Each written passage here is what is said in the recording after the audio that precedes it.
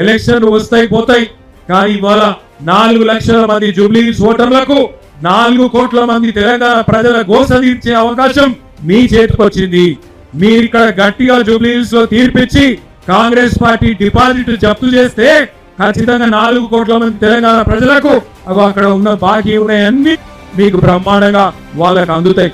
నెలకు 2,500 పెన్షన్, నెలకు 2,500 మహిళలకు రావాలంటే కాంగ్రెస్ డిపాజిట్ జూబ్లీహిల్స్ లో పోవాలి. నెలకు 4,000 రూపాయల పెన్షన్ ముసలిలకు పెద్ద మనుషులకు రావాలంటే కాంగ్రెస్ డిపాజిట్ జూబ్లీహిల్స్ లో పోవాలి. వికలాంగులకు 6,000 రావాలంటే కాంగ్రెస్ పార్టీ చిత్తుగా జూబ్లీహిల్స్ లో ఓడిపోవాలి. నేను చెప్పేది కరెక్టేనా కాదా? ఒకవేళ కాంగ్రెస్ ఓటేసి ఏమైతుంది?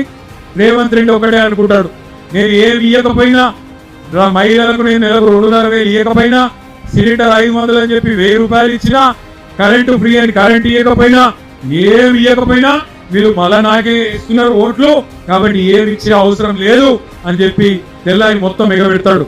ఒక్కసారి గట్టిగా బుద్ధి చెప్తే, ఒక్కసారి మీరు గట్టిగా తీర్పు చెప్తే జూబ్లీహిల్స్ వాళ్ళు 4 కోట్ల మంది తెలంగాణ ప్రజలకు లాభం అవుతుంది.